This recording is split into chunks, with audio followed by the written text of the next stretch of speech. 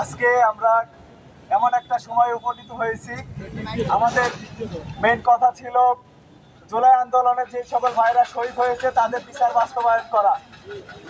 এই বিচার বাস্তবায়ন করার জন্যই আমাদের গত 1.5 বছর ইন্টারিম সরকার গঠন করা হয়েছিল, কিন্তু আমরা দেখতে পাইছি বিচার বাস্তবায়ন করা হয় নাই।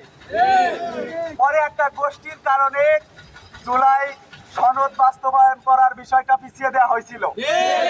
পরবর্তীতে বলা হয়েছিল গণভোট এবং নির্বাচন একসাথে হবে, কিন্তু আমরা দেখতে পাচ্ছি গণভোট হওয়ার পরেও, মানুষ গণভোটে হ্যাঁ পক্ষে রায় দেওয়ার পরেও সেটার বাস্তবায়ন হয় না এখনো পর্যন্ত।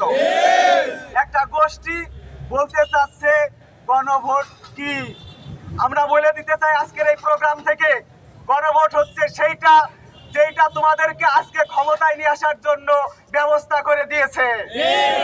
আমরা দেখতে পাচ্ছি একটা গোষ্ঠী চাঁদাবাজি সহ সকল প্রকার অরাজনৈতিক কাজ কারবারের সাথে যুক্ত হয়ে আছে। গতকাল রাতে আমাদের ভাইদেরকে তারা হত্যার হুমকি দিয়েছে এবং তারা বিভিন্ন রকম মারপিট করেছে, আপনারা সেটা দেখতে পেয়েছেন।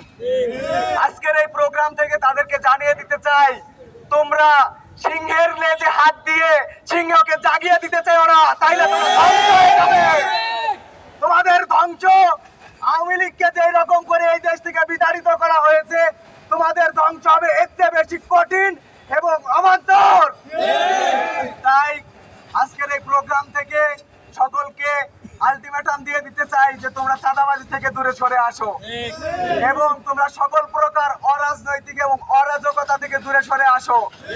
যদি অপরাজনীতি থেকে দূরে সরে আসো, যদি এইগুলো তোমরা সরে আসতে না পারো, তাইলে এমন কালো এবং অন্ধকার সময় তোমরা উপনীত হবে যে এটার কল্পনাও তোমরা করতে পারছো না।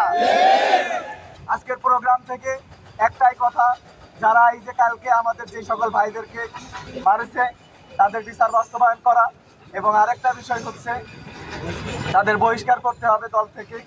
2 নম্বর বিষয় হচ্ছে দেশে আমাদের একটা ভালো পরিবেশ, আমরা সবাই সেটা কামনা করি। এই পরিবেশটা বাস্তবায়ন করার জন্য বর্তমান যে নির্বাচিত সরকার হয়েছে, সরকারকে আহ্বান